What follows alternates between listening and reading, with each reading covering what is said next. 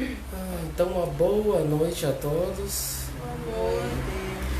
Então, vamos iniciar nossos estudos da noite. Vamos iniciar então com uma leitura.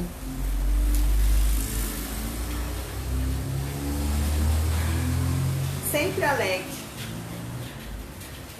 Estás triste? Não te entregues ao desgosto.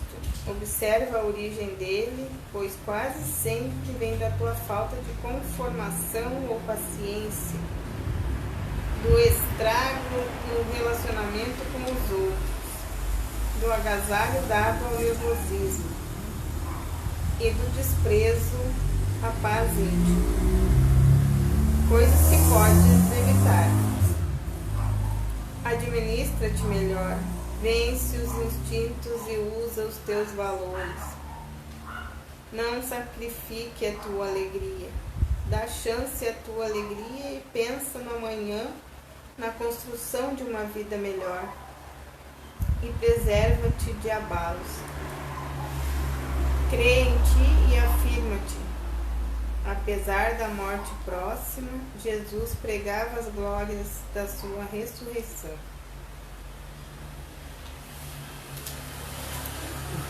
Então, levar o pensamento a Deus e rogando a Ele com a sua permissão para mais este encontro na noite de hoje.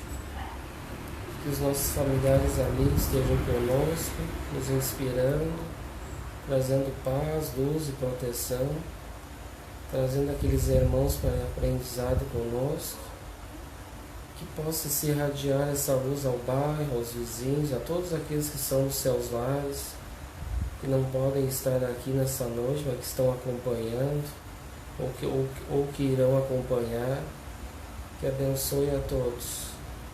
E que o nosso Pai Francisco possa estar sempre olhando por nós, nos iluminando, nos inspirando nesta caminhada.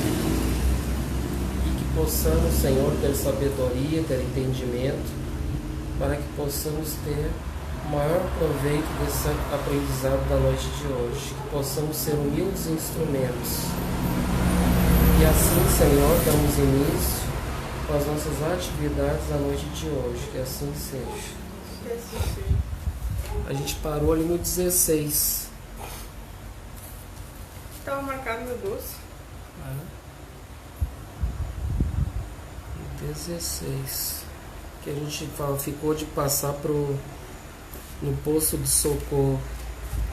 Então, a gente está estudando o roteiro de estudos das obras de André Luiz, que a gente optou aqui pelos estudos e comentários e resumos da série A Vida no Mundo Espiritual, por Eurípides Kuhl, da editora Boa Nova. Então é um panorâmico, ele faz um resumo ali do principal tópico ali, que é de relevante de cada capítulo, e a gente sempre vai acompanhando para trazer os comentários. E agora, semana passada, a gente também acho que esqueceu de avisar, a gente não teve encontro, e a gente já avisa a todos, então, que a gente toda primeira segunda-feira de cada mês a gente não tem essa atividade de estudo, devido à função das atividades mediúnicas. Então a gente vai ter só nas outras segundas, normalmente, com exceção da primeira, então, que tem essa reunião mediúnica, que a gente não teve semana passada. Eu acho que a gente avisou que ia ter no próximo, né? Daí eu me esqueci de comunicar. Então vamos lá, né? Estamos então estudando agora o livro Os Mensageiros, que é a segunda obra, a continuação do Nosso Lar, e a gente parou ali. Vamos refletir aqui no capítulo 16, que eles então estão no poço de socorro. Chegam os três a Castelo do Candário soberbo, resguardado por pesados muros. No interior, pomares e jardins maravilhosos. André Luiz vê um quadro, pintura em tela, que já havia visto em Paris quando encarnado. fica sabendo que o pintor da tela de Paris plagiou essa obra após vê-la em sonho. Eu acho que a gente chegou a comentar sobre isso também, né? Então a gente ia continuar no 17. Então ali nesse poço de socorro aí, então tem essa pintura que ele fica admirado. Eles dizem que é uma pintura, né, original, que dessa pintura ali que foi inspirada então para levar para a Terra essa pintura aí. E no mundo espiritual a pintura fica mais viva, mais bonita, né? É uma pintura ali de um discípulo, ali de um apóstolo que ele perde a cabeça. Eles decepam a cabeça dele e ele vai juntar a sua cabeça ali. Daí vem um anjo assim no quarto e eles ficam tudo apavorados que ele está pegando a sua cabeça. E imagina então a gente vendo bem real, né, esse quadro.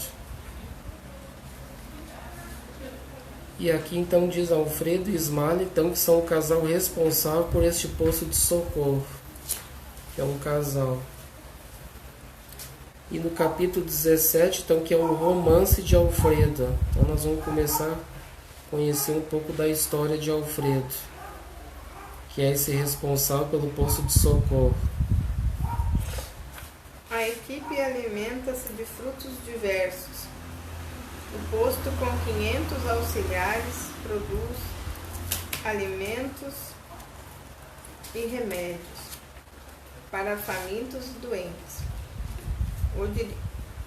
O dirigente do posto relata a história de sua união com a esposa, cuja companhia ainda não pôde usufruir, por quando encarnado desfazer o casamento após ouvir calúnias contra ela, que era inocente. Pelo abandono, desencarnou com tuberculose. Então uma história bem assim dramática da história deles quando eles estavam encarnados, que ele tinha não me lembro bem se era um chefe, um companheiro de trabalho lá, que ele vivia dizendo para ele que ele tinha interesse por essa esposa dele, essa esposa Ismael. E aí então ele, como ele não podia ficar com ela era uma mulher muito honesta, né? Cuidava do lar, era muito trabalhadora, dedicada esposa. Aí ele pensou, bom, já que eu não posso ter ela, então eu vou começar a inventar a história que ela está traindo ele, para prejudicar os dois, né? Eu não posso ter, então tu também não vai ter. E aí começou, né, falar pra ele, ó, cara, tu não tá desconfiado da tua esposa, abre o olho, aquela coisa toda. Daí ele ficava assim, não, mas não pode. De tanto ele insistir em falar, ele começou a ficar meio com aquela pulga atrás da orelha, meio preocupado, né. Aí um dia ele mesmo bolou com um cara lá, um capataz, acho que é. Ele fez ele entrar lá dentro da casa. Deixou um chapéu lá, tudo dentro da casa. E daí bem na hora que ele entrou, no dia ele viu um barulho de um homem se escondendo, assim. E ela até estava dormindo, né? E ele entrou e se assustou, e ela acordou assustada. E ele já viu o chapéu do homem e viu que assim tinha uma janela aberta, assim. Ele sai pro quintal, assim, pra rua correndo. E ele pega até uma arma e começa a disparar e sai correndo atrás do cara. Aí quando ele volta, ele dá então não há dúvidas, no caso para ele, né, que ela estava traindo ele, que tinha um cara lá dentro, né. E aí então ele enche ela de desaforo, e é uma cena bem complicada, e ela chora desesperadamente, dizendo que não era impossível, que ela era muito honesta, muito fiel, que amava ele, e ele não quis conversa, que o outro já envenenou, né. Sim. E aí preparou tudo, bolou tudo para que acontecesse isso. Aí ele pegou e sumiu do mapa, né? E aí até então ela pegou, ele foi embora. Ela foi embora. Ele mandou ela embora. Ele mandou ela de volta para morar com os pais dela. Aí por último ele ficou sabendo que ela estava lá para a França, parece. E que ela acabou até desencarnando por tuberculose. Que ela estava muito doente, né? Aqui diz, aqui, ó. Aqui diz, ó.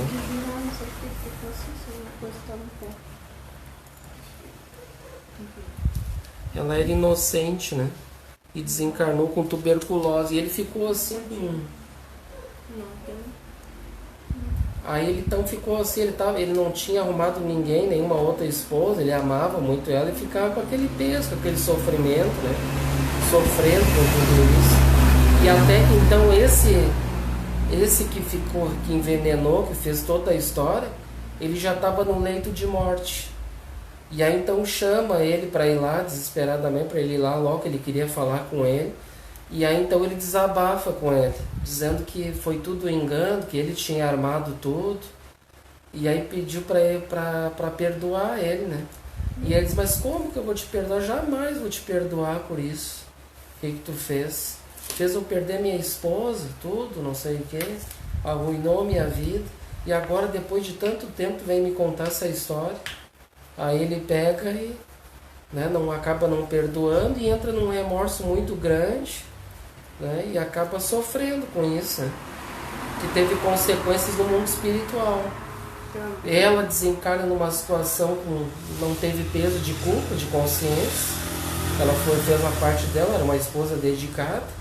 Ele é que acabou sendo envenenado e aceitou aquela... deu guarida, aquilo tudo, né? E acabou sofrendo então no mundo espiritual. E ela, como era uma mulher mais evoluída, ela chegou no mundo espiritual numa condição mais elevada, né, que ele, né?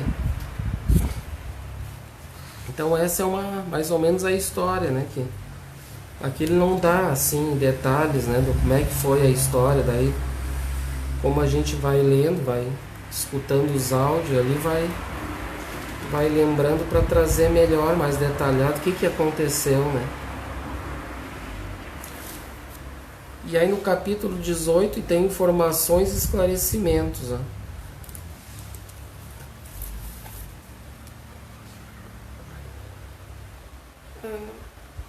No posto chegam sinais de batalhas sangrentas na Terra. O ano era 1944, provocando grande tempestade magnética. Grandes massas de desencarnados pela Segunda Guerra Mundial superlotam os postos de socorro de várias colônias espirituais. É citada a colônia Alvorada Nova, situada em zonas mais altas, com intercâmbio com avançados núcleos de espiritualidade superior de planetas vizinhos. Então essas batalhas, né, no período de guerras ali ainda, então provocando grande tempestade magnética dessas energias deletérias, e grandes massas, então eles superlotam os postos, né, porque eles vão desencarnando e eles vão socorrendo aqueles que estão ali em condições para irem, né, para os postos das colônias. Então ali só voltando um pouco antes, porque na verdade então o Alfredo, então, como ele sofreu com tudo isso, ele chegou numa situação mais complicada, né? E ele então, por isso que ele não pode ficar na verdade junto com ela, eles não ficam os dois juntos ali, porque ela está numa colônia mais acima que ele. E ela vai ali porque ela gosta dele, ama ele, daí ele, de vez em quando ela vai ali visitar ele, ao contrário dele que não pode ir lá, né? E ela não pode ficar ali com ele também por causa que ele, por tudo isso que aconteceu, então ele deve passar por essa situação, ter que enfrentar o posto de socorro ali, meio que assumir meio que sozinho, né? É tipo um desafio para ele aprender, né, a enfrentar as dificuldades sem a esposa, né? Porque a esposa, ela vai ali de vez em quando e ela é mais elevada que ele, então é uma questão ali que eles dois têm uma afinidade, né, e tudo mais, e ele ficou com aquele peso da consciência ali, então sofreu muito. Mas aí depois no mundo espiritual também, eu acho que mais adiante, não sei se vai falar que que ele acaba então ele acaba perdoando. Ele estava lá em zonas abismais, aquele que fez todo o envenenamento. Ele desencarnou e foi para as zonas abismais e diz que ele acolhe ele, socorre ele e leva para esse poço, e é um dos colaboradores ali do poço ali. Não, colaboradores ainda não, ele está num processo complicado ainda, né? Ele está, como ele desencarnou numa situação mais complicada, né? Por ter arruinado a vida de uma família. E aí então ele está assim meio, né? Não consegue nem se comunicar direito. Acho que mais adiante vai falar ali sobre ele. Ele está se recuperando ainda. Mas ele perdoou ele. Pelo menos no mundo espiritual, aí ele perdoa ele, né? Por tudo que aconteceu. E aí eles estão ali, né? Ele tem ele como um filho espiritual, né? Então, através dessa situação toda, ele está se redimindo, né? E ele também assumiu essa liderança ali nesse posto de socorro ali em trabalho, né? Com Jesus para ele poder se erguer espiritualmente, né? O que aconteceu com ele. Então aqui as consequências da guerra, que a gente já tinha também citado em Nosso Lar, aqui continua. Então, lotando, né, os postos, né, de pessoas que desencarnam em massa das guerras, muitas pessoas desencarnando, né. Aqui cita a colônia Alvorada Nova, que está numa zona mais alta, e com intercâmbios com avançados núcleos de espiritualidade superior de planetas vizinhos, ó. Então, agora vamos para o capítulo 19, o sopro. Vamos ver o sopro. São citados sistemas espirituais de transporte com base no eletromagnetismo. Há esclarecimento sobre o passe de sopro curador, cujos passistas exercitaram-se longamente, adquirindo experiência a preço alto. Imprescindível no caso a pureza da boca e a santidade das intenções. Passistas encarnados deverão ter estômago sadio, boca habituada a falar o bem e abstenção do mal, a mente reta, interessada em auxiliar.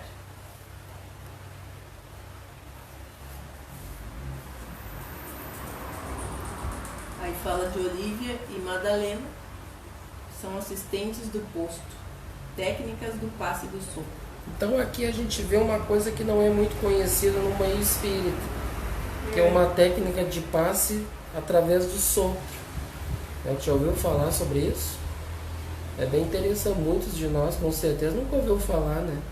Por isso que é bom estudar.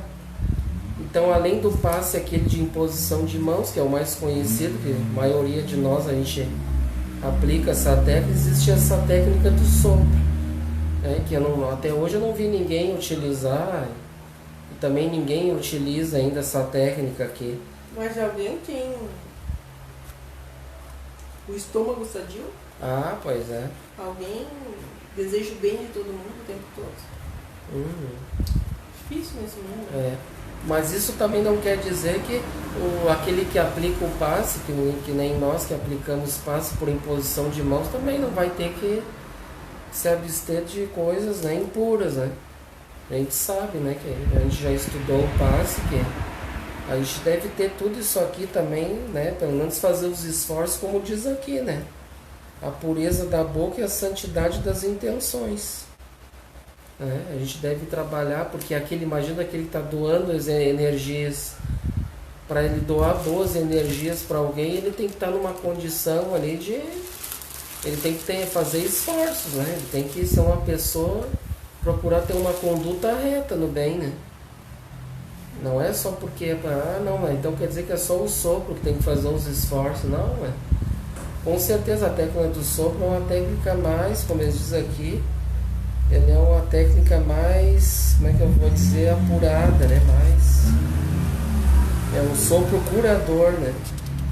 E isso é uma coisa interessante também, que a gente pode ver esse sopro. Muitos de nós, quando era pequeno, eu fui pequeno também, todos nós, a minha avó, ela já aplicava esse passe por sopro. Às vezes eu me caía ali, aparecia uma lesão ali, um corte, alguma coisa, e ela vem aqui que a avó sopra.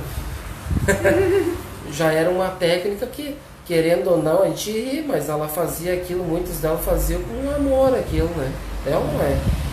Faziam na intenção de querer aliviar aquela dor. E não é isso que é o objetivo dos passos, né? De obter alívio, aquele que está recebendo aquele magnetismo. Né? Então, querendo ou não, esse tipo de sopro é um sopro curador. Não é? Vai soprar ali na ferida com o objetivo de sanar, de curar aquela ferida. Vejam que interessante isso, né? Mas tendo boa intenção, né? Qualquer um consegue curar. É só tu acreditar. É. Tem que acreditar, tem que ter fé naquilo que está fazendo. E com certeza as vozinhas tinham muita fé, né? Elas sopravam mesmo para aliviar as dores e a gente ainda pedia só para mais, porque parecia que realmente aliviava aquilo, né? Uma coisa bem interessante isso. Então é uma técnica que a gente já provavelmente, com certeza, é a técnica do sopro, a gente já viu isso aí. Só que a gente não lembra, e isso não é aplicado hoje, a gente não vê, né? No meio espírita, essa aplicação de sopros curadores, né? Mas é uma coisa bem interessante. E no mundo espiritual, então, eles se utilizam bastante dessa técnica do sopro curador. Ali, ó, diz, é o transporte com base no eletromagnetismo. Tá soprando ali aquelas energias. Interessante isso. Quem sabe um dia a gente vai. Por isso que eu digo, o movimento espírita, ele vai com o tempo, com certeza, ele vai evoluindo também as técnicas, né? O aprimoramento das coisas, ele não vai ficar sempre naquela mesma coisa, né? Ele vai sempre aprimorando para o melhor. E daí, quem sabe, com o tempo, né? Pessoas mais evoluídas vão vindo, vão trazendo essas técnicas aí, vai ficar... Já vai ter um outro tipo de passe, né? Então nós vamos ver ali no capítulo 20 agora, defesas contra o mal. E pronto, o posto de socorro tem defesas múltiplas, mantendo a distância irmãos consagrados ao mal, perversos e criminosos, entidades verdadeiramente diabólicas. O posto está equipado com armas que não exterminam, apenas defendem, disparando projéteis elétricos que causam impressão da morte, uma vez que a esfera espiritual, a matéria mental, pode modificar o corpo denso todos os dias.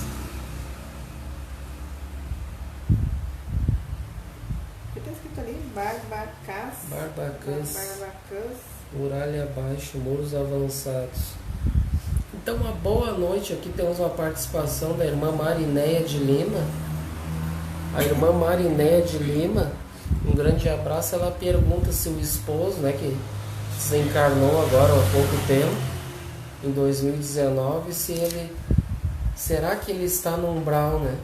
Então isso tudo é uma questão, como a gente vinha vendo, né? Se vai acompanhando os estudos aqui, é uma questão que a pessoa já percebe a questão do que seria, né? Para onde que vai o espírito. Então tudo depende do quê? Da sua sintonia. Como é que o espírito vivia aqui na Terra? Isso serve para todos nós, né? Não só para o esposo da Marinéia, né? Que ele possa estar bem lá e que a gente vai orar por ele, com certeza vai receber amparo, que possa de repente estar numa situação melhor, né? Então tudo depende da condição que ele viveu, né? Jesus já nos diz, né? Se reconhece a árvore pelo fruto, né? Se a gente faz boas obras, né? A gente faz o bem aqui, vai colher bons frutos, né? Daquilo que a gente fez aqui. Então tudo depende de como a pessoa viveu aqui, né? Se a pessoa viveu fazendo o bem, com certeza ela vai receber o bem, né? Vai estar numa condição melhor. Agora, se a pessoa plantou aqui espinhos em vez de flores, né? Com certeza ela vai colher o que, né? No mundo espiritual, né?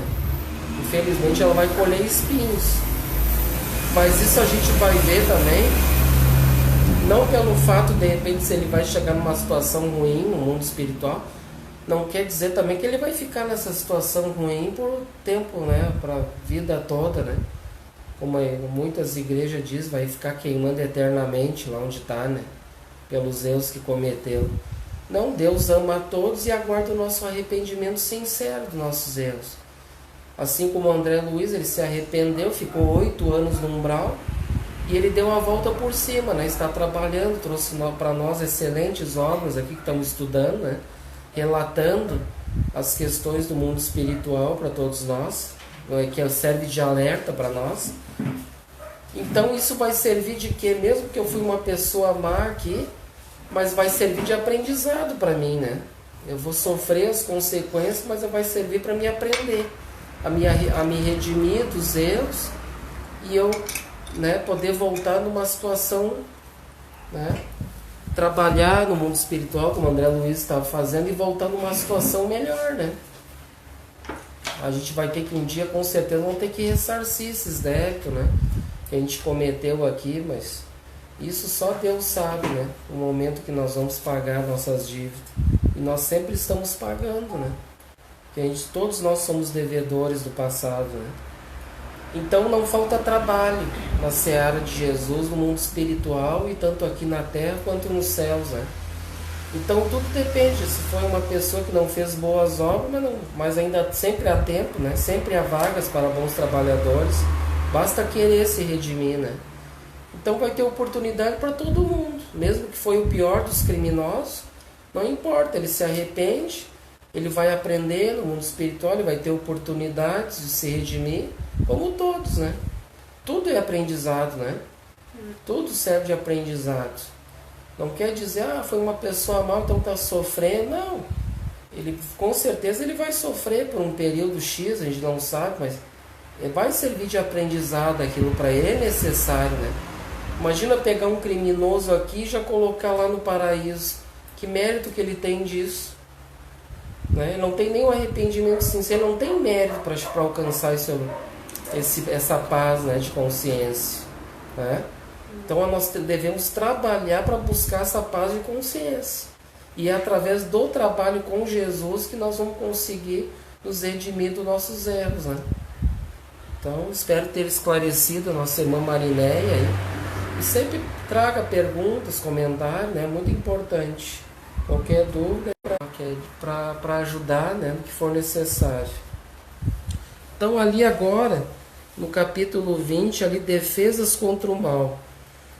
Então nesse castelo, André Luiz observa que tem muralhas altas e que nessas muralhas tem até canhões, esse poço de socorro. Mas como assim canhões no mundo espiritual? Então eles estão preparados para a guerra lá também. Tu vê que interessante, viu que é bom, como é bom estudar, né? Então aqui está dizendo defesas contra o mal. Ó. Então André Luiz questiona Alfredo, né? Alfredo, mas por que esses canhões aí? Como assim vai ter guerra aqui, vai ter matança? Ele diz, não é bem assim. Né? Todo aquele trabalhador do bem, ele tem que também se proteger contra o ataque do mal, né? Então nós devemos ter defesas contra o ataque das trevas, né? E essas defesas que eles utilizam lá, eles têm esses canhões. E aí ele questiona, mas e ele dispara? O que acontece com os espíritos? Então ele dispara e causa sensação neles de morte, né? Porque muitos deles estão muito impregnados na matéria, ainda muito materializados. Então dispara aquele canhão neles ali, eles têm a sensação que eles ficam como se estivessem anestesiados ali, sabe? Como se ficam estáticos, né? Paralisados ali, como se realmente tivessem morrido. Essa é a sensação que eles têm, né? Então é uma defesa, tipo assim, os dentes ali estão preparados, não chega aqui perto aqui que o bicho vai pegar, né? Então veja que mesmo bem, a gente não é porque são bondosos que faz o bem que não vai se preparar, né, para se defender, né? Todos têm que ter defesas, senão vai virar uma balbúrdia, né? Vai virar um algazarra. Os espíritos das trevas vão entrar nos lugares sagrados, dentro das casas espíritas, por exemplo, vão fazer uma algazarra aqui dentro, né? É a mesma coisa. Então as casas espíritas a gente já sabe também, que até conta naquele livro lá, o Aconteceu na Casa Espírita também, né? Que a casa espírita possui proteções, né? Os lares também, quem faz os evangelhos no lar é muito importante. Até a gente recomenda a irmã Marinéia, faça o evangelho no lar, é muito bom, porque vai causar assim, um ambiente de paz, de harmonia, vai causar uma proteção exterior. É um momento que pode orar também pelo seu esposo ali, né? E tudo, e vai causar uma coisa muito boa para todos que convivem naquele lar. E isso é um tipo de proteção também. Então, quando é feito o culto do evangelho no lar, né, no mínimo uma vez na semana, mas se possível, se puder fazer mais vezes, melhor, né? Quanto melhor defesa, melhor vai ser a... Né? E então, assim, se puderem, façam, porque vai também causar uma proteção psíquica no ambiente ali contra essa invasão desses amigos ignorantes, né, que estão perdidos, querem prejudicar todos nós, né? Assim como as casas espíritas tem também, né? Proteção, então todos os ambientes que... A nossa casa mental também é um ambiente, né? Que a gente deve também fazer a higienização, a limpeza, orar, né? No nosso templo interior, orar e vigiar também para nos proteger a nossa casa mental. Então tudo é uma casa, né? Começa uma casa dentro de nós mesmos, a casa do lar, a casa do centro espírita, e assim vai, né? E aí então esses canhões causam isso nesses espíritos, para eles não invadir o ambiente, né? Já mostra o respeito, né?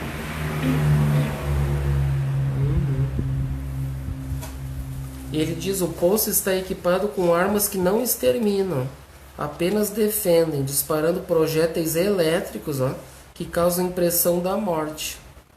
Uma vez que na esfera espiritual a matéria mental pode modificar o corpo denso todos os dias. A gente sabe que o perispírito ele é elástico, né? E também o perispírito ele também pode mudar as suas formas, né? É uma forma de matéria mental. Entendido, gente? Então eles têm esses poços, tem o nosso lar, a gente já estudou também. Tem também a proteção em volta do nosso lar, que tem aquelas barreiras energéticas, né? Que eles ligam, em caso de extremas urgências, eles ligam aquelas cargas de baterias lá no mundo espiritual, eletromagnético, que vai proteger o ambiente na volta, né? Isso é muito utilizado também. Então vamos ali para o capítulo 22, ó. Agora os que dormem. Não é o 21. Ah, desculpa, 21. Espíritos dementados. Visitando os albergues do posto, André Luiz e Vicente acompanham os encarregados da assistência. O chefe do posto atende e conforta vários espíritos necessitados que o procuram, presos a problemas inferiores, pois se julgam ainda encarnados. Então é uma situação assim nesse posto de trabalho que a gente vê de socorro, uma situação bem complicada para o nosso irmão, o Alfredo, que ele acolhe muitos espíritos lá, e muitos deles estão em situações ainda mais, vamos dizer assim, mais nas questões inferiores, nas paixões, estão muito materializados, estão mais para o lado de cá do que para o lado de lá. Então eles vêm e procuram ele: ó, senhor Alfredo, eu quero saber da minha herança lá, que meus irmãos estavam disputando, eu quero a minha parte, eles não podem ficar com a parte toda da herança, aquela coisa toda, tão preocupado com questões da terra, ainda com herança, né, com brigas, com problemas familiares. Então eles vêm ali e querem falar com ele: eu quero ir lá resolver isso aí, eu quero pegar a minha parte. Ele acha que ele tá ainda encarnado, né, muitos deles, né. Aí o Alfredo tem que ter toda uma paciência ali com eles, né, ter caridade com eles, e aos poucos ir, né, fazendo com que eles começam a entender a questão espiritual da vida, começam a mudar um pouco seu posicionamento, seu pensamento que vem tendo, né, para eles começar a cair ali na realidade que eles estão, né. Eles não estão mais aqui no mundo, né, no mundo dos encarnados. Então tem muitos espíritos dementados, né, com problemas ali diversos, e eles procuram o irmão Alfredo, né, para resolver suas necessidades. Aí tem um caso ali do Malaquias, né, que ele está preocupado com a sua família, né, que é um internado no poço, ex-fazendeiro idoso, escravista. Então tinha sua família e tinha escravos. Né? Então ele estava preocupado lá, né, queria ir lá visitar a família. E tem o outro Aristarco, também, que é um outro que está, um ex-rico, né, que está preocupado com essa questão da riqueza, das heranças que a gente estava comentando. Né? Então, é os dois tipos que tem ali. E agora no capítulo 22, então os que dormem. Ó. Então, vamos ver um outro tipo de espírito. Aqueles ali, pelo menos, já estão, né? Já estão ali conversando, já estão, no caso assim, não estão dormindo, né? Eles estão ali, mas mesmo mais pro lado de cá, mas eles entram em contato com o Alfredo ali, conversam com os seus interesses, né? Agora nós vamos ver outros espíritos que estão numa situação pior que esses aí. Que eles estão dormindo. Vamos ver então. A equipe chega a Pavilhão Escuro, situada em área com cerca de 3 km de extensão. No interior, espaçosas enfermarias e silêncio absoluto. Cerca de 2.000 espíritos estão adormecidos. Tem semblante horrendo, quase todos estampando pavor, em cadavérica palidez. São 80 os atendentes em atividade. Cada um só pode cuidar de 5 enfermos, perfazendo 400 atendimentos. A imagem é a da morte, daqueles espíritos entorpecidos no vazio, que quando encarnados eram crentes no nada após a desencarnação. São os embriões da vida, ou fetos da espiritualidade, paralíticos do bem.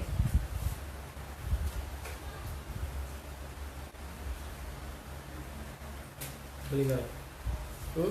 Tá batendo lá agora. Ele tava muito para lá e não vinha aqui um pouquinho para mim.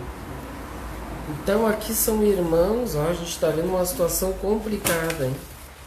Então vejam bem, são 3 km de extensão, ó. Esse tipo como se fosse uma ala ali, né? Para esses irmãos que dormem. Que até o André Luiz chama eles de como se fossem múmias espirituais. Que eles estão ali como se estivessem, né, tivesse ali, nem múmia ali, deitado ali, né? E tendo pesadelo, só vivendo aquelas questões que viveram da terra ali. Umas situações complicadas de assassinatos, e espíritos que cometeram mais delitos, assim, né? Fizeram coisas mais cruéis, aí por isso estão numa situação mais complicada. É um pavilhão escuro, ó, 3 km, então eles ficam são ali, ó, 2.000 espíritos, ó, 2.000 espíritos que estão adormecidos nesses leitos aí. E eles têm semblante horrendo, ó. Imagina ele, aqueles horrendos, imagina, nem coloca aqui que tipo de cara que eles tinham, né? Então, eles não vão colocar aqui, né, detalhes, né? Ele tinha a cara de dragão, sei lá do que lá, de monstro, né? Semblantes horrendos, imagina os tipos de semblante, né? De cobra, de sei lá do que lá, um monte de tipo de semblante terríveis. Eu já sei, que nem aquele dos caras do filme do Jack Sparrow lá, do navio. Mas eu acho que era bem mais feio que aqueles lá, hein? Aqueles lá só são sujinhos. Aqueles lá só tem umas caras meio de peixe, assim, né? Mas isso aqui umas caras horrendas, né? E quase todos estampando pavor. Em cadavérica palidez, imagina? Uma caveira com uma cara horrenda, né? Horrível. São 80 os atendentes em atividade. Então são 2.000 na situação e tem 80 trabalhadores para cuidar desses 2.000. E cada E desses 80, cada um desses atendentes vai cuidar de 5. Só pode cuidar de 5 enfermos. Então cada um deles tem capacidade, né, e uma carga mental ali de trabalho para cuidar, atender 5 daqueles, né? Fazendo 400 atendimentos. Então veja o quadro, né? E até o André Luiz também chega perto deles ali, né? Eles pedem para... Aí no próximo aqui que vai dizer. O André Luiz vai analisar um dos casos deles ali, o que está acontecendo, né? Eles estão dormindo ali, mas o que está acontecendo? Será que ele só dorme ali? O que acontece internamente ali com ele, né? Então nós vamos ver agora no capítulo 23, pesadelos, ó.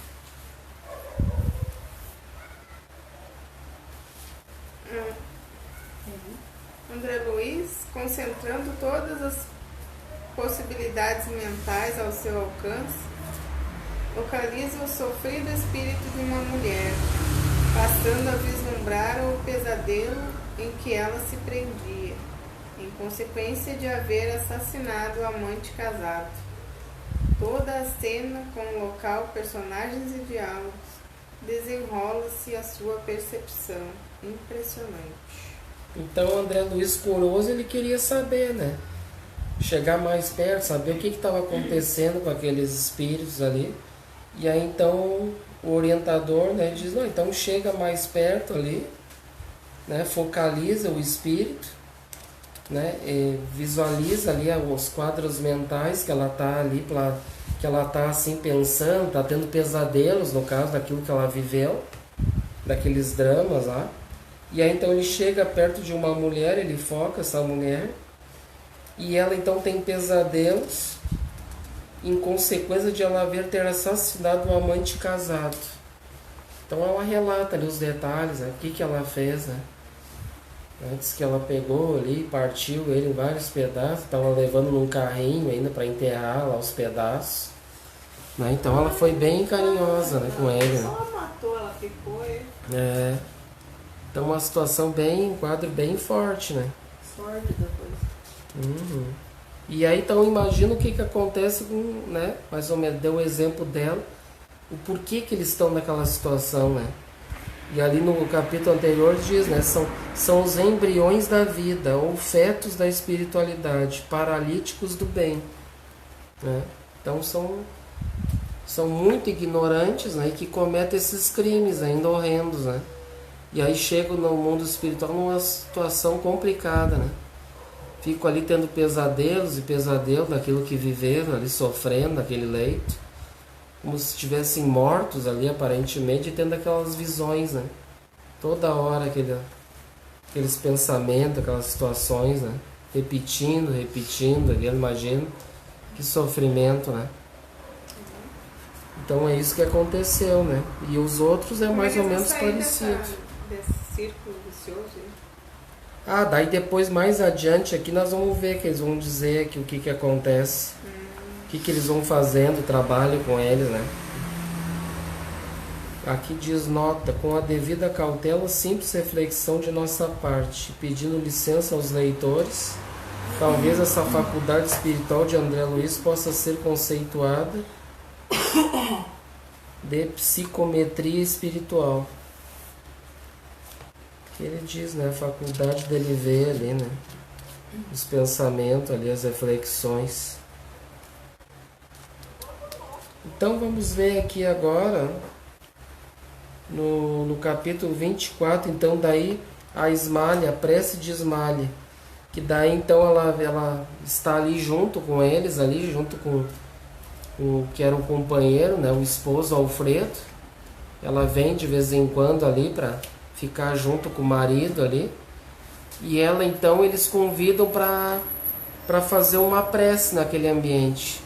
E daí, como a Ismalha era um espírito que veio de esferas mais elevadas, a oração dela eles, né, tinha mais efeito, vamos dizer assim, né, pela pureza dela. Então eles convidaram ela para fazer a prece para aqueles enfermos ali que estavam dormindo, né. Aí vamos ler aqui então.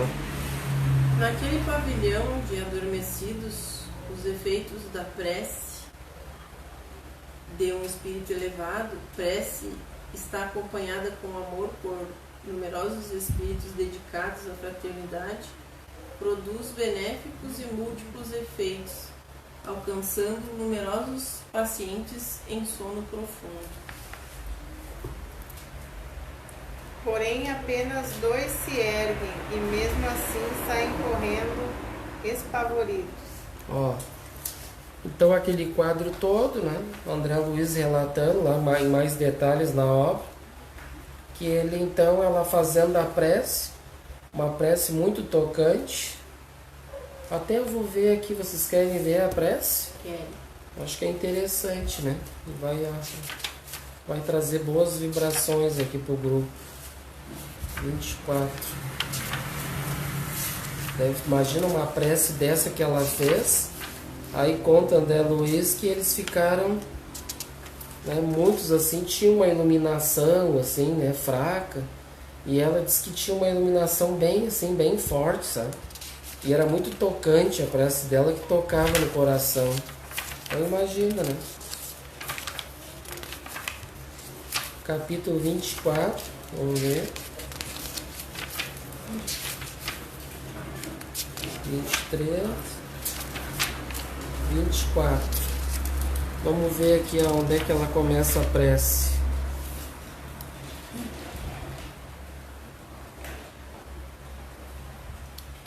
Aqui. Então alguém quer ler para nós ali? Então vamos ver ali a prece da Ismália no livro ali, só para nós ver uma prece que ela fez com amor, né, para eles.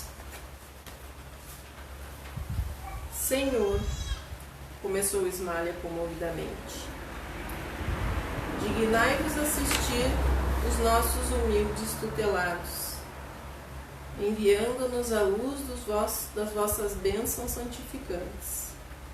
Aqui estamos prontos para executar vossa vontade, sinceramente dispostos a secundar vossos altos desígnios.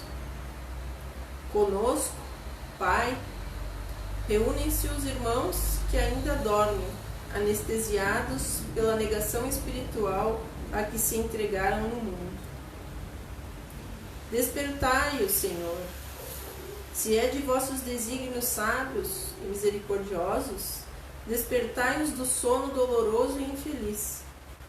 Acordai-os para a responsabilidade, para a noção dos deveres justos. Magnânimo Rei, apiedai-vos de vossos súditos sofredores.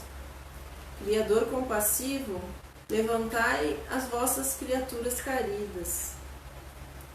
Pai justo, desculpai vossos filhos desventurados. Permite caia o orvalho do vosso amor infinito sobre o nosso modesto posto de socorro. Seja feita a vossa vontade acima da nossa, mas se é possível, Senhor, deixai que os nossos doentes recebam um raio vivificante do sol da vossa bondade. Então ela fez com fé ali, com amor a eles, né? Pedindo ali. Então diz que desce daí os bálsamos, né? As luzes caem sobre eles. E dessa prece, então, desses 2.000 que ela fez, somente 2 deles levantam da prece. Mas já surgiu um efeito, né? Então a cada prece se levantar 2, e assim vai indo, devagarinho, tudo depende de cada um, né? Bem comparável a nós, assim, né? Cada 30 espírita que entra dentro da casa deve ficar um. Pois é. Quem deles vai querer, né, despertar, né? Nem todos vão despertar, né? Vão continuar vivendo o materialismo, né? E aí então, mesmo desses 2 que se erguem, mesmo assim, saem correndo espavoridos. Né? Já foi um primeiro passo eles terem levantado da cama, né? Do leito, né? Mesmo que estão desesperados, mas já levantaram, pelo menos despertaram, né? Mesmo apavorados, agora eles vão ter que se acalmar, né? Tratar eles, equilibrar, é assim que tem que ser feito, é aos poucos, não é fácil. Imagina quem trabalha lá, né? A gente fica pensando, cuidando desses doentes. Não é a mesma coisa que a gente cuidar de um doente aqui, né? Lá é bem mais complicado. Imagina, cada um deles ali cuida de 5 doentes daqueles. E não é um doente qualquer, imagina com aquela cara de caveira horrenda, te olhando ali, né, com os olhos, diz que tem alguns até os olhos assim profundos, negros, assim um buraco por dentro. Imagina a situação, né? E tu ter todo um equilíbrio ali para cuidar, para tratar eles com amor, cuidar. Olha, meu, não é para qualquer um esse serviço. É uma elevação. É. Imagina que devoção desses colaboradores que se prestam a cuidar desses irmãos doentes, né? Que Deus os abençoe e eles dê bastante força e que eles possam receber um pouco de luz, nosso amparo, né? Para eles recebam todas as nossas, né? O nosso carinho, a nossa preocupação, devoção a eles, que eles tenham muita força, né? E fé de cuidar dessas pessoas doentes lá, né? Tão necessitadas. E esses que se doam, que fazem as preces, né? Fervorosa, preocupado com eles, né? Que bom, né? Então vamos agora para o capítulo 25, os efeitos da oração, né?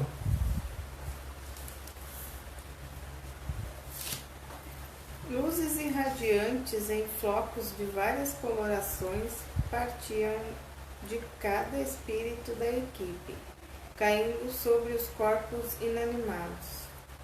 Há um primeiro alerta ligeiro aos doutrinadores quanto à impropriedade de se dizer ao espírito desencarnado que desconheça tal estado, que ele já não possui mais o corpo físico. Afirmativa: não há prece sem resposta. Então aqui ele fala, né, que os efeitos dessa oração, que com certeza é um efeito muito, muito benéfico, como a gente comentou. E aqui diz, né, relata André Luiz que as luzes são irradiantes, né, aquela prece que é feita de coração, né, com fé, com ardor. Então são luzes, e isso tanto a gente pode ver para nossas vidas, né? Tanto a irmã Ismália que fez essa prece dando o exemplo, e a mesma prece serve para nós, né? O mesmo efeito vai surgir, o mesmo efeito, desde que seja feita como ela fez, de coração, né? De querer amar aqueles semelhantes, querer o bem. E aí então produz luz irradiante em flocos de várias colorações, ó, e partiam de cada espírito da equipe. Então cada um, ele colaborava com aquilo que ele tinha, né? Com as suas energias que tinha para doar para aqueles irmãos. Então aqueles flocos saíam de luz daqueles irmãos, mesmo que fosse pouco de algum deles, e iam em direção a eles, né? Aquelas energias. Porque imagina todos eles ali vibrando, né? Para aqueles irmãos ali, né? E caindo sobre os corpos, então, né, aqueles espíritos que estavam dormindo. E aqui ele diz: há um primeiro alerta ligeiro aos doutrinadores quanto à impropriedade de se dizer ao espírito desencarnado. Então, para não dizer para ele, né, o que está acontecendo com ele, né, para dizer para ele, com a verdade, confortar ele que ele já não se encontra lá mais onde ele estava, né, na Terra, lá com os encarnados, que ele está ali em outra situação. Daí começar o tratamento com ele de equilíbrio, para ele cair em si, né, para ele despertar sabendo a condição dele, né. E isso no caso quando a pessoa já tem um certo preparo para isso. Agora um espírito assim que acorda assim num estado desse, tu não vai chegar para ele e dizer: não, tu morreu, tu tá desencarnado. Aí vai causar um choque maior no espírito, né? Imagina, né?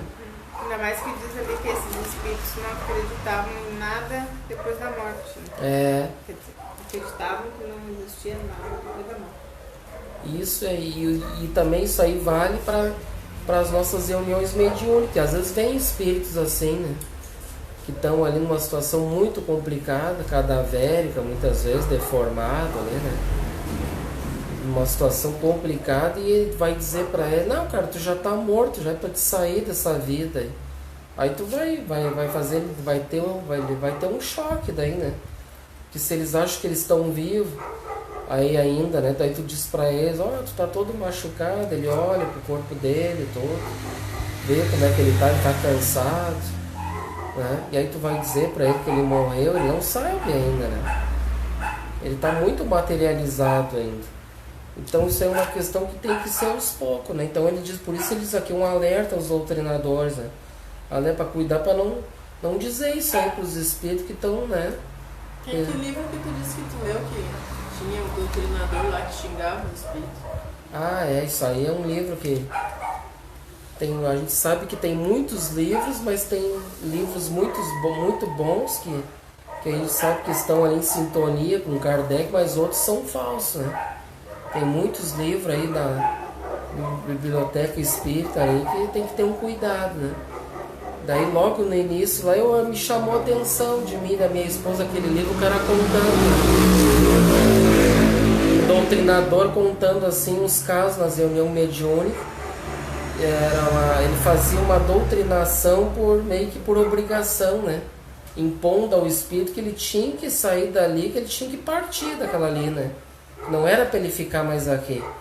Ele fazia um trabalho meio que forçando os espíritos, sabe? Então daí imagina um livro aí, a pessoa que tá estudando, tá aprendendo aí, é um doutrinador ou quer ser um, e aí cai na mão dele, ele acha que é assim que deve trabalhar, né? E ele dá relatos ali que ele era duro com alguns espíritos, né? Tu não quer ir? Então tá, eu vou te botar lá naquele buraco lá com aranha, com barata, e elas vão ficar tudo na tua volta. Tu quer voltar para lá? Vou te botar lá agora. Ele levava ele para lá e ele ficava ali apavorado. Meu Deus, socorro, não, me tira daqui. Tu vai querer ficar aí? Tu vai sair, tu vai querer partir para onde eu estou dizendo. Aí ele vinha apavorado. Não, então eu vou. Então se for para mim ficar lá, imagina, gente. É tratamento de choque. Imagina, por aí que ele tratava os espíritos. E diz que tinha uns lá que acorrentavam os espíritos, né? Meio à força, tinha uns baita tinha uns índios grandes lá que, se tu incomodar esse índio aí, vai dar um jeito em ti aí, ainda te ajeita aí, cara. Imagina, cara, que situação, hein? Isso é bom pra gente aprender. Foi muito bom esse livro. Só que não deveria estar nas bibliotecas espíritas, né? Porque é um livro, se cai na mão de um leigo, ele acha que é aquilo ali e faz isso aí com os espíritos. Imagina o que ele está fazendo. Então por isso é imprescindível, tem que estudar, né? E a gente tem que ver principalmente as obras idôneas, né, cara? Estudar as obras de Kardec e as obras que dão continuidade, que nem essas que são as de André Luiz. Que aqui é um exemplo, está falando para nós, né? Como a gente deve agir nessas situações, né? Assim como é no mundo espiritual, a gente aqui nas casas espíritas, a gente vai lidar com esses espíritos, né? A gente vai ser um porta-voz deles ali, de auxílio para eles, para que eles possam sair daquela situação. Mas não obrigando eles, né? Não, tu tem que sair porque tu já está morto, já acabou para ti, tu tem que dar um jeito, vai à força para lá agora, para onde eu quero. Imagina? E a gente fala isso aí, mas tem muitos que fazem isso aí, hein? Trabalho meio forçado. Acho que os espíritos que vão na mediúnica, não, tem que ir, o que caiu ali tem que ir à força. É um ledo engano, né? Porque Jesus, o maior doutrinador de todos nós, um exemplo para todos nós, né? Um mestre por excelência, ele agia sempre com amor com todos, né? O nosso Pai Francisco nos ensina. Ele sempre agiu com amor, com caridade, né? Nas obras do Divaldo ali também, né? Eu acho que é uma obra a coleção Manuel Filomeno de Miranda, que é excelente também, é paralelo com esse, né? É uma outra coleção que nem é, só que é pelo espírito Manuel Filomeno de Miranda. Ele é um repórter também. Aí, se eu não me engano, é lá no Amanhecer de uma Nova Era que tem, né? O nosso Pai Francisco ali, ele participa, né? Tem um caso lá complicado, tem um castelo lá que tem um chefão das trevas lá que o cara tá muito complicado lá, né? O cara tá aprontando muito lá, tá muito endurecido, fazendo mal. E o Bezerra vai lá, né? Tenta, com o Bezerra de Menezes, né? Vai lá, conversa com ele todo, e o cara não tem conversa para ti. Aí ele diz, daí o Bezerra, quando viu que não adiantava, né? Ele diz assim, não, então ele já preparou o terreno ali, claro, né? Aí ele diz, não, então agora vai vir um aí que, né, com muito amor, muito mais amor, ele vai conversar contigo que tu vai entender o que eu estou dizendo. Aí vem o Pai Francisco, né? Vem irradiado de luz, de paz, vai ali, conversa com ele ali, né? E aí, imagina, né? Não resistiu. Eu chego até a me arrepiar aqui contando, né? Não resistiu. Não resistiu, né, cara? Porque o amor, ele Rompe barreiras. Ele rompe barreiras, é isso aí mesmo. Não tem o amor do nosso Pai Francisco, é um amor assim que a gente não tem noção, né? É um amor muito forte. É por todas essas criaturas sofredoras, né? Então, às vezes a gente vê, né, que imagina nós fazendo um trabalho ali de formiguinha, humildes instrumento, né? Procura fazer o melhor possível. Imagina aquele espírito ali, né, que a gente vê que está ali muitas centenas de anos, às vezes até mais de 1000 anos nos umbrais aí da vida. E aí muitas vezes tem aquela mãezinha, sempre tem aquela mãezinha por trás, né, que está sempre lutando, orando por aquele filho perdido.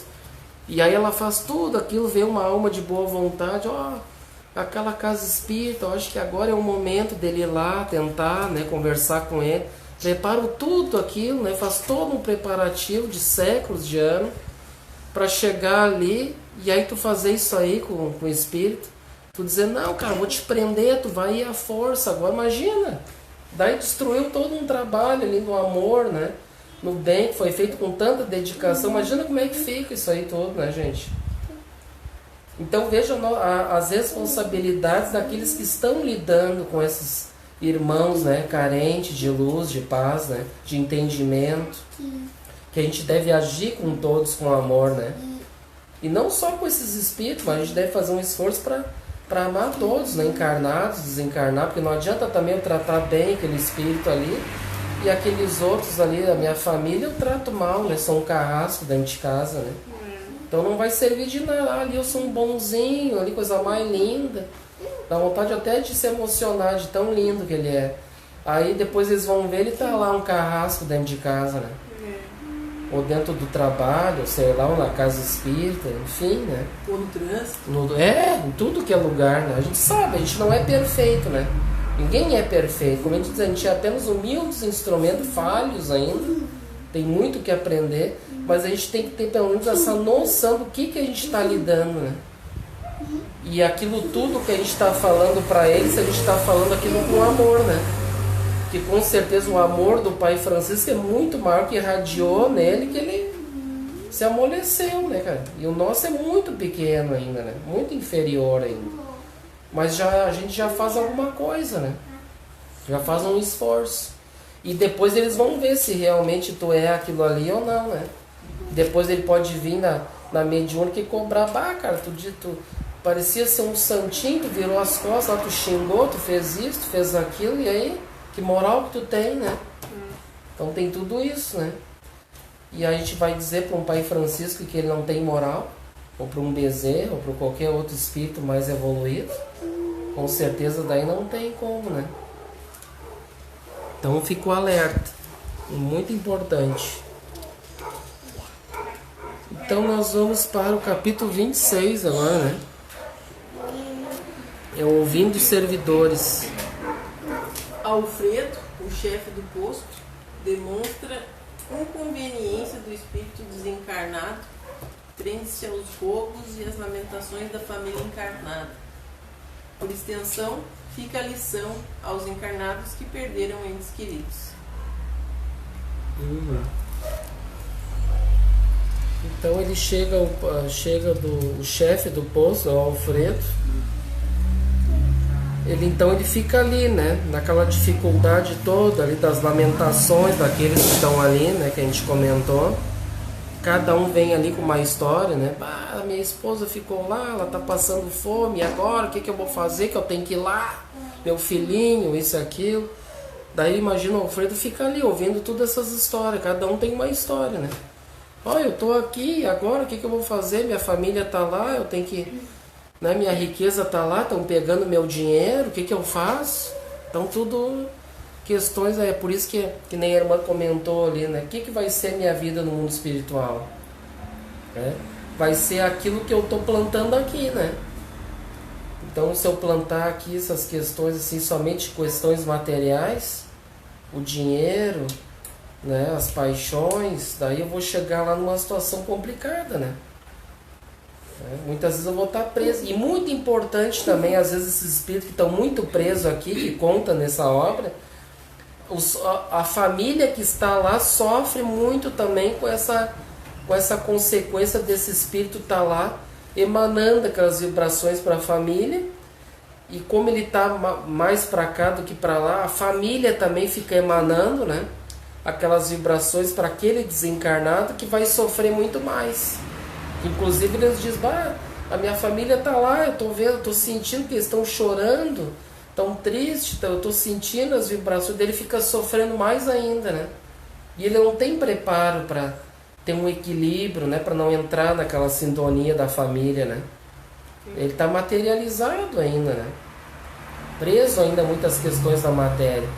Então, viu a importância, então, que nem, por exemplo, a irmã Marinéia ali comenta que a gente deve orar por esses irmãos que já desencarnaram, né, nossos entes queridos, e não ficar ali se perturbando, né, porque eles vão receber essa sintonia lá e vão sofrer também lá, né? Então isso é muito importante. A gente deve ter todo um cuidado, a gente sabe, cada um vai ter o seu sentimento, né, a sua dor, mas procurar orar, né, ter pensamentos positivos, ou pelo menos lembrar das boas coisas que viveram junto na Terra, né? Isso é bom para o espírito também, né? Não só das questões ruins, né, mas das questões boas, emanar bons pensamentos para ele, que vai dar força lá para ele, né? Para ele buscar o equilíbrio, a paz, né?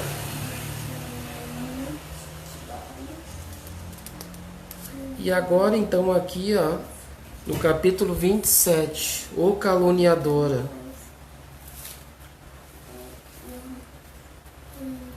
Vemos neste capítulo a comovente dificuldade de um espírito doente em pronunciar o sublime nome de Deus. Apenas pronunciar. André Luiz exercita a visão espiritual e vislumbra a triste história desse doente. Ali continua o ensinamento, a reconciliação. Inicia-se pela atitude caridosa, vai do entendimento à piedade, desta à simpatia, depois à verdadeira fraternidade e culmina com o amor sublime. Nota, há referências à mulher vampiro, né, do lado do livro Nosso Lar, lembra? Que foi impedida de adentrar as camas de retificação, aquela que tinha vários pontos, né, e cada ponto eram os abortos, né, que ela trabalhava, que ela fazia numa clínica lá clandestina e retirou várias crianças, né, matando. E esse caluniador aqui, eu não sei, não posso estar enganado, mas se eu não me engano, esse aqui é aquele que nós estávamos comentando, que é o caluniador que fez todo aquele envenenamento lá pro desfecho lá pro casal lá terminar, o Alfredo e a Ismália terminarem. E aí então aí eles comentam nesse capítulo, acho que é assim, se eu não me engano, se não for me corrija, aí que eu também não sou perfeito, posso estar errado, né? A gente pode ter enganos aqui, né? Muita informação, né? Aí ele comenta nesse capítulo do caluniador, então, que realmente esse irmão que fez todo esse trabalho aí, né, lançou esse veneno para os dois se separar, ele foi parar numa região abismal, né? E aí então o Alfredo, então, no mundo espiritual, ele consegue perdoar o irmão, vai lá, socorre ele e traz ele junto a ele esse poço de socorro e trata ele como se fosse um filho espiritual. Então veja, com tudo que ele fez lá, ele perdoou, passou, né? Vê ele como um irmão que erra, né? Que faliu. E aí ele diz assim para ele uma questão interessante, que eu me lembro no livro, que ele diz assim: irmão, ele chega assim, como é que tá fulano? Se eu não me engano é Paulo, acho o nome dele. Como é que tá, Paulo? Daí, como é que tá, meu filho? Ele diz assim, eu estou... Ele tem até dificuldade assim para falar, porque ele está meio dementado ainda, meio mal, né? Quer dizer, eu estou bem, graças a... Daí, vamos, meu filho, continue, você consegue. Dando incentivo para ele, só faltava dizer o Deus, né? E ele tinha dificuldade para dizer a palavra Deus, né? Deus, ele falava. Bem complicada a situação dele, né? Então tudo aquilo que ele viveu, né? Ele plantou ali um veneno, né? Daí depois ele vai colher o quê, né? As dificuldades que agora está acontecendo com ele lá, né? E toda a caridade do irmão que perdoou ele com tudo que aconteceu, né? Que muitas vezes no que acontece são processos de vingança, né? E que isso vem às vezes de séculos, né? Um ferrando com o outro, né? Ah, tu fez isso aí pra mim, tu vai pagar, tu vai sofrer. Daí fica no mundo espiritual, né? Fazendo o outro sofrer ali, obsediando o outro, né? Dos nossos erros do passado, e assim vai, né? Aí depois o outro ferra com o outro e assim vai, né? E aí então, em vez de ele ter essa atitude de vingança, ele, né, não teve amor com ele, compaixão, perdoou ele por tudo, né? Uma situação muito, um exemplo para nós, né? Que Jesus mesmo nos ensina, né? A perdoar os nossos inimigos, não é? Que ele era um inimigo, que causou tudo isso, e ele perdoar os inimigos. É que com certeza agora ele vai, logo que ele se recuperar, ele vai ter um braço direito ali do lado dele, né? Ele vai pensar, poxa, com tudo que eu fiz, ainda ele fez tudo isso por mim, me cuidou, né? Me amparou, me recolheu lá daquele lugar triste, escuro, né? E agora eu estou numa situação melhor, ele vai ficar ali, né? Vai querer retribuir aquele amor depois, né? Ao invés de retribuir com ódio, né? Que é bem pior. Então a vingança não leva a nada, né? Então vamos ver agora aqui no capítulo 28, a vida social. O posto recebe visita de amigos vindos do Campo da Paz, em belo carro puxado por 2 soberbos cavalos brancos. São expostos ensinamentos referentes aos doentes do espírito, rebeldes ao tratamento.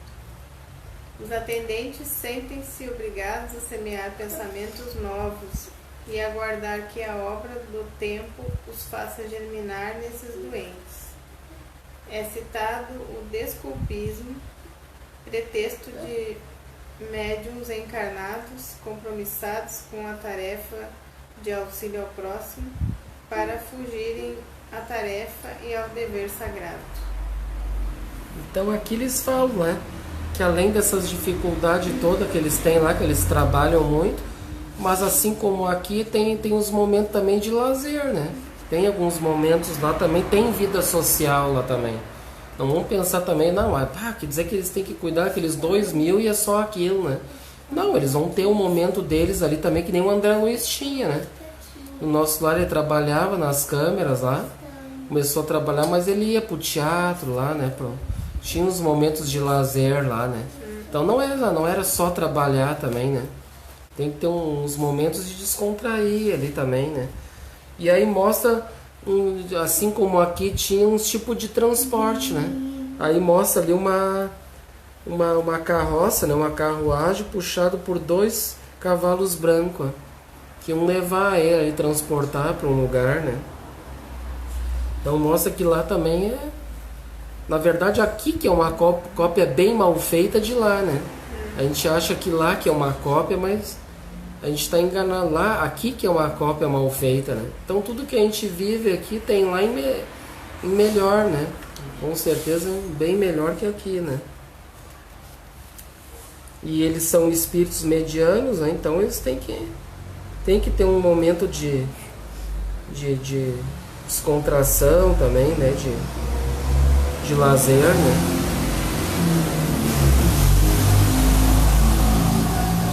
Aí eles falam dos espíritos rebeldes aos tratamentos, né? Que não querem receber os tratamentos.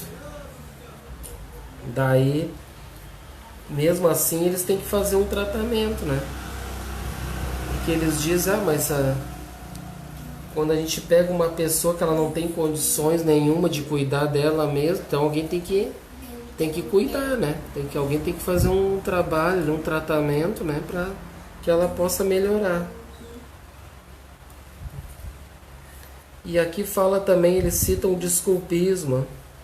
Então a gente sabe, muitos médiuns vêm para cá com tarefas, né, para trabalhar no movimento espírita e então às vezes tem pretextos, né, desculpas, né? Não posso ir porque eu tenho minha novela, eu tenho que trabalhar mais, tenho que fazer isso, fazer aquilo, né?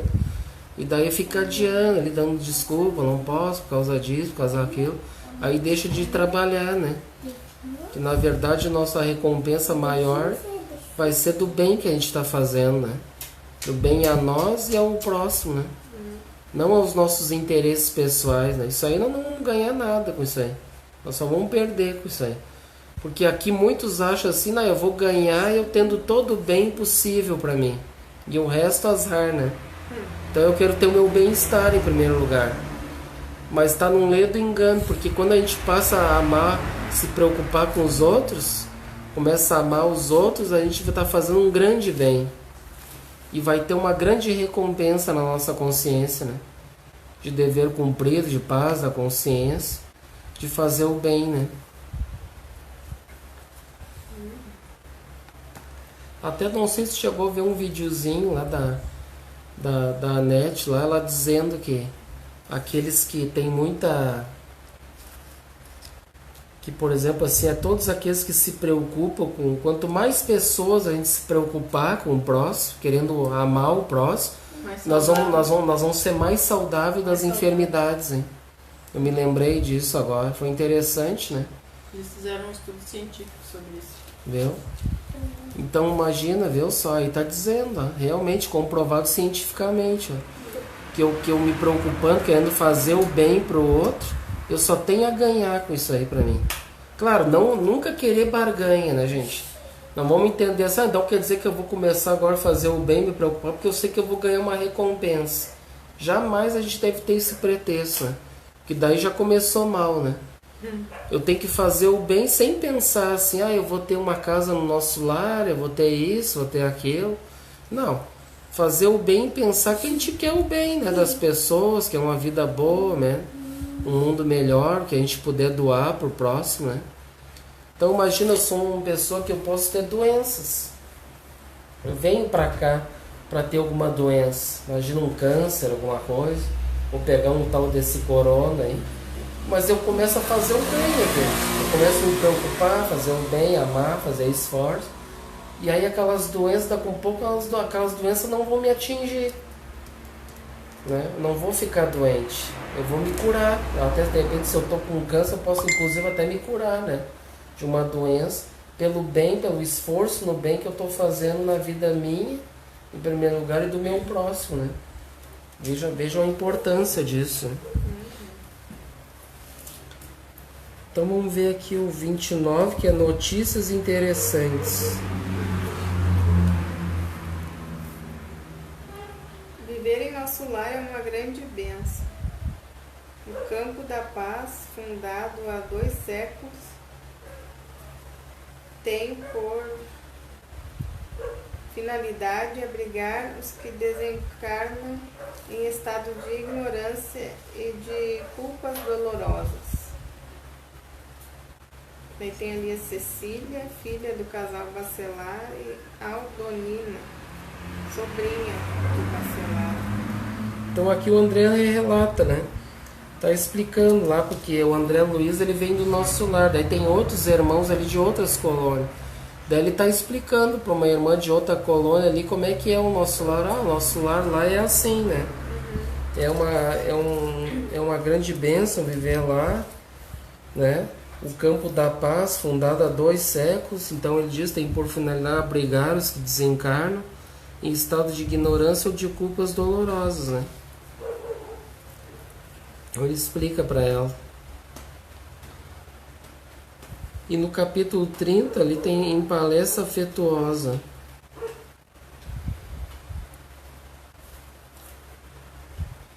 Noções sobre o casamento. Nos 2 planos. Somos informados de que o Campo da Paz é para uma colônia de socorros urgentes, como um avançado centro de enfermagem.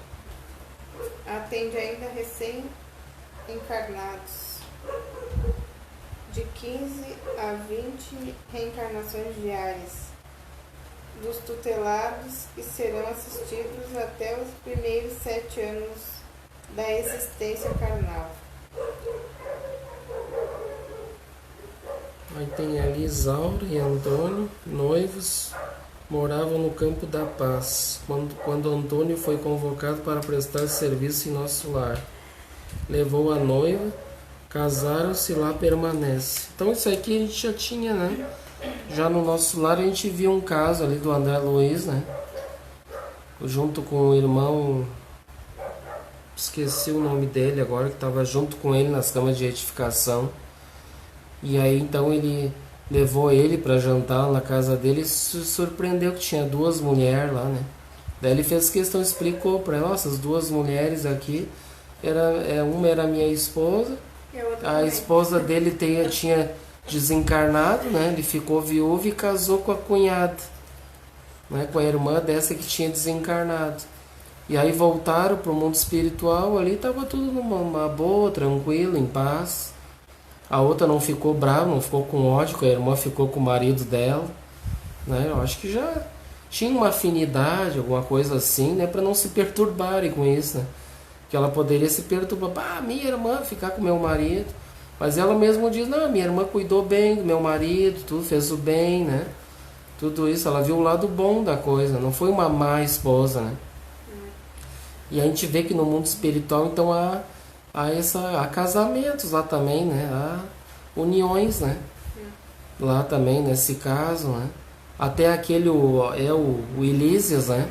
O grande amigo também de André Luiz lá, filho da Dona Isaura, lembra? Dona Laura, que eles abrigaram o André Luiz lá na casa dele, e ele tinha uma noiva lá, né? Que ia se casar com a noiva, tudo, apresentou a noiva para ele, tudo, e ficou espantado: não é noiva? Ué, mas aqui também a gente pode casar, aqui também, por que não, né? Aí explicou para ele. Então teve esses 2 casos, né? Desse que trabalhava com ele lá nas câmeras lá, e o Elísias também, que tinha essa noiva, né? Então vejo que tem uniões lá também, né? Que se unem por afinidades, né? Que se lá as uniões já não são que nem aqui, né? Tem essa diferença lá. Realmente são afinidades afins, né? E aí realmente tem um amor, um sentimento um pelo outro, né? Recíproco, né? Não é por interesses, né? Ou então porque uniões de provas, expiações que a gente tem aqui, que vem aqui eram inimigos do passado e muitas vezes vêm para tentar se amar, e a gente sabe que o troço não é nada fácil, né? Aí dá as dificuldades dentro do lar entre os casais, né? Por isso muitas das dificuldades, né? E no mundo espiritual não, daí quando há casamentos lá, meio que eles querem se unir porque são almas afins mesmo, né? O próprio Pai Francisco, ele tem a alma afim dele, que é a Clara de Assis, né? Os 2 têm assim uma afinidade assim muito grande, né? Que até quando ele esteve aqui encarnado como Francisco, eles se encontraram todo e, sabe, brilhou os olhinhos assim, tudo, mas não é aquele relacionamento que a gente tem aqui, né? Um amor diferente, né? Um amor puro, na verdade, né? Não há nem união de corpos, né? Sim, só aquela troca de energia, aquela afinidade, assim, eles já se sentem bem com aquele amor, com aquela boa vibração, aquela sintonia, não precisa nem, né? Não tem relação sexual, não há necessidade disso lá, né? Entre esses espíritos, né? Uma coisa bem incrível, né? Gente, amigo, acho que vamos parando por aqui, né? No capítulo 30. Depois a gente conversou bastante, a gente avançou bem, né? Foi lá do 16, 17 até o 30. A gente foi pegando ali, é um panorâmico, a gente vai pegando ali os tópicos principais, vai comentando, né? Pega alguma coisa importante que tem do livro ali, traz, que não tem aqui, né? Ele dá só uma ideia ali do capítulo, ali a gente tem que buscar mais, se quiser, né? Daí a gente para aqui no 30, eu vou marcar aqui uma 30 aqui.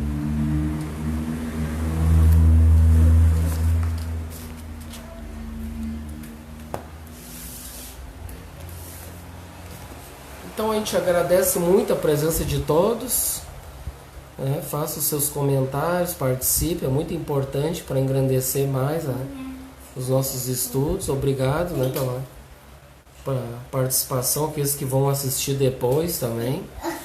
Espero que seja um humilde e singelo contributo ao nosso movimento espírita, né? Que a gente abre uma janelinha aqui da Francisco, para os estudos, né? Para quem tem interesse de querer, né? De querer conhecer estudo de outras casas espíritas, ver como é que é, né? Espero que seja útil, né? Um estudo bem simples, né? A todos. E a gente agradece então de coração a presença de todos e convidamos a todos, vamos fazer a nossa prece então no encerramento.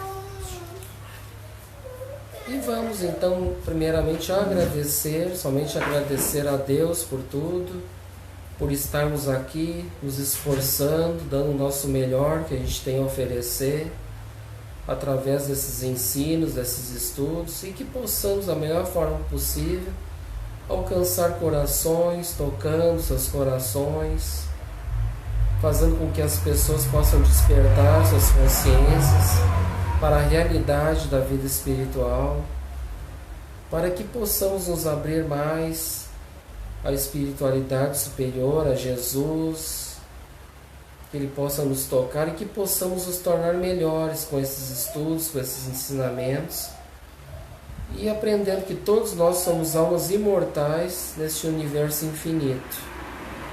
Estamos sempre aprendendo e evoluindo rumo a Deus, ao nosso Pai. Agradecemos ao nosso Pai Francisco por essa oportunidade aqui nessa sua casa de trabalho que Ele nos oferece. A toda essa família também franciscana que trabalha em prol da causa, em prol do bem, do bom, se esforçando, levando bem a todos, trabalhadores incansáveis, e que possa irradiar muito amor e paz a todos os corações, encarnados e desencarnados. Muito obrigado, Senhor, e damos então por encerrado as nossas atividades da Francisco da noite de hoje, que assim seja. Então tenham todos uma boa noite e até os próximos encontros.